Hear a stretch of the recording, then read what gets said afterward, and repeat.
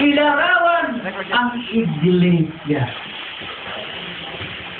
Kaya, if you are a leader in a religious group, kapag ang pamilya mo, hiruwaran, May diary. Moribali.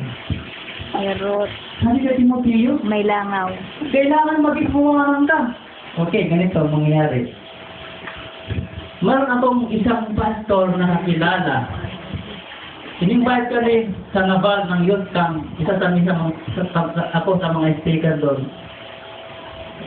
Nagkaroon ng revival. Topic ko gihapon, ang topic ko, ang aking step. Kaya ang tema nila kamong gisunod, ang ira tema, never be about family. Masakit sa ako. Usaw pa bulang mo ganito eh. Tungkol na akong isip na ano na kasi, mamay beton, kumpleto na akong materyales. Tapos, iba't iba pa ano akong sinunod. Kundi, matun siya na iya, sabi ko yung mensahe. Katong gabi, kaya nato kami hakuan, hotel. Nagbangka ko yun, ano ko manganin eh. Mga kapatid, alas 2 na.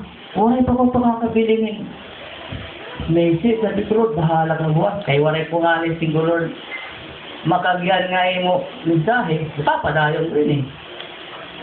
Alas 4 ang kagahon, pastor din nag-worship. Habang worship yan, nagmata ko. Pag mata ko, dito pinamata ka niya worship, ang ginhatag hapon na message, pakibasa lang nga, John 8:35, pakibasa lang.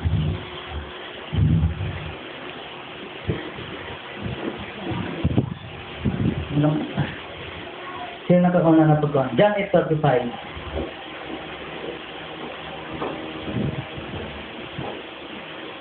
Hallelujah. May ikaw kaya ng pamilya di hapon. Ha? Ano? And a slave does not abide in the house forever, but a son abides forever. Ang alipin daw, sabi ni John, hindi kasama sa sambahayan. Di pamilya din ano, ang alipin. So, pag ang anak, kasama magpakailanman. Wow, what a great word, the Lord. Tama, Lord, dati kami alipin. Sino ba itong alipin dito? Alipin tayo ng Diyos. Ano, di ba? Jesus. Kailangan dito ng wisdom. Kapag tayo po'y tinatanong, kasi minsan, natutumbok kita kasi ka may doubt pa. Bakit? Di kita na-agree agad eh. Pag tanong ko, sino alipin sa atin? Wala tayo nag-ibig. Akala nyo alipin pa ng mas. Hindi, we are a born-again Christian. Alipin na tayo ng Diyos. Yan ang sabi sa Christian, di ba? Pero alipin tayo, hindi sa mga madilim na alipin tayo ng liwanag. Di ba?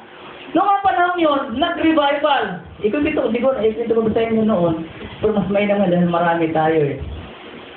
Ang ginawa namin ni Pastor Del, ang mandit sa akin, sabi ko, Pastor, kumanta ka lang, limuro, pagdating sa anak, hindi. Oo nga naman eh. Oo, may mga tatay rito. Pag ibang tao, ang ganda nila magdala, ang ganda nila magtrato, pero pagdating sa kanilang anak, huwag dyan. Di ba? Napakasakit. Hindi natutuwa ang Diyos dyan. Pag pinupamilya yan. Di ba? Alam nyo, sa madaling salita, pagkatapos ng revival na yan, nag-compete namin yung pastor niyan.